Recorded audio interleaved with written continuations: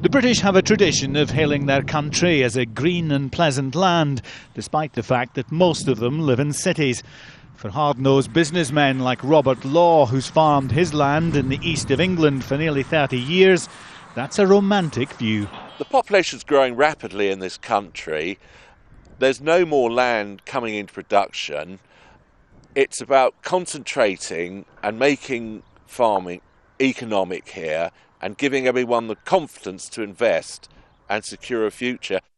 He's far from being a voice in the wilderness. More people in Britain agree that farmers need to adopt more intensive methods because Britain is producing less of the food it consumes than ever before.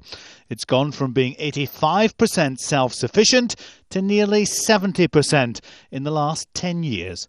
To most people in the world, Britain's overloaded with food. I'm someone who thinks we've got a coming food crisis. We're using too much land, not producing enough food of our own, and we should be using land better. We've not got a crisis now, but one is coming. Okay.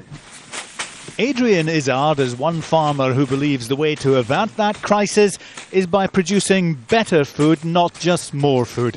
He's invested heavily in organic farming to prove that he can produce locally vegetables which the supermarkets ship from countries thousands of miles away. And the problem is the way the supermarkets have become, it's very, very difficult for small producers or smaller producers, I wouldn't say that even small people, but people of medium size to access them.